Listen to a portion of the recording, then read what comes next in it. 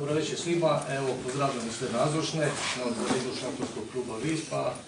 Uvodnu riječ će dat gospodin predsjednik Vuković. Hvala. Pozdravljam sve prisutne šahiste i nešahiste, odnosno ljubitelje šaha.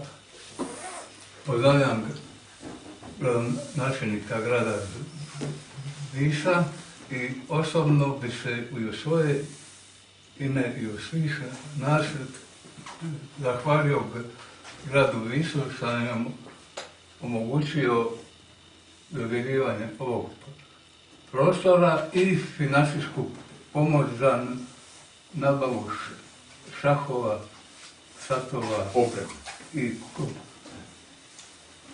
kompletne opreme.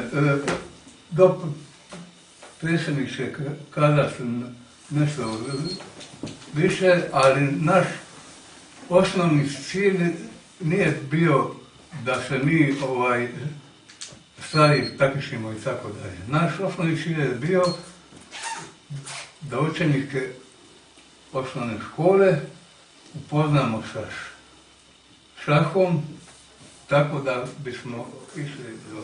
Šahovski klub je otvoren sa ciljem promicanja šahovske kulture i šahovskog športa. Za odrasle, kako za odrasle, tako i za mladež, naročito učenike i studente. Ja se također pridružujem zahvali svima koji su pripomogli u ostvarivanju našeg cilja, naročito gospodinu i Radicu, našem gradonačelniku, bez koga ovo ne bi bilo moguće ostvariti ovu našu ideju. Nadamo se da ćemo u ovoj našoj šahovskoj školi izučiti nekoga iz mlađe generacije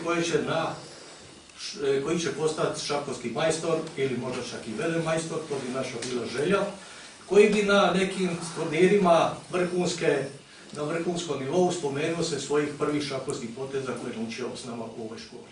Hvala, dobar večer. Pozdravljam prvo našu djecu, kojem je drago da vidimo ovako velikom broju, sve vas nazočne, medije, pogotovo predsjednika i zamjenika.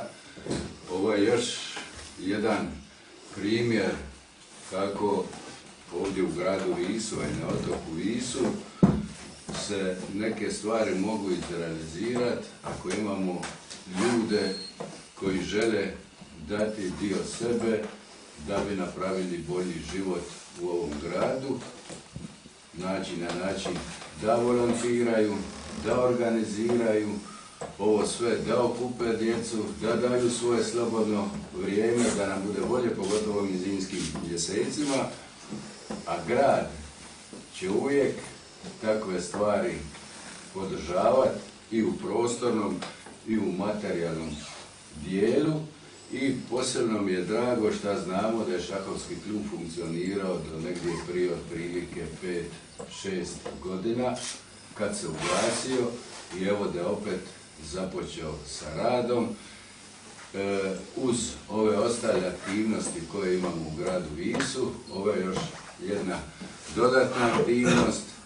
Šah, o tome neću govoriti, vi to znate bolje od mene.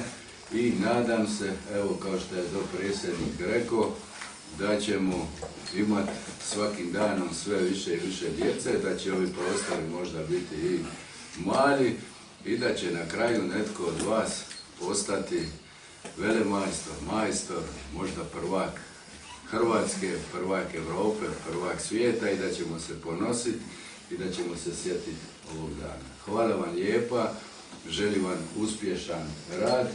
I opet ću ponoviti, sve što vam bude god trebalo, možete se obratiti gradu Visu.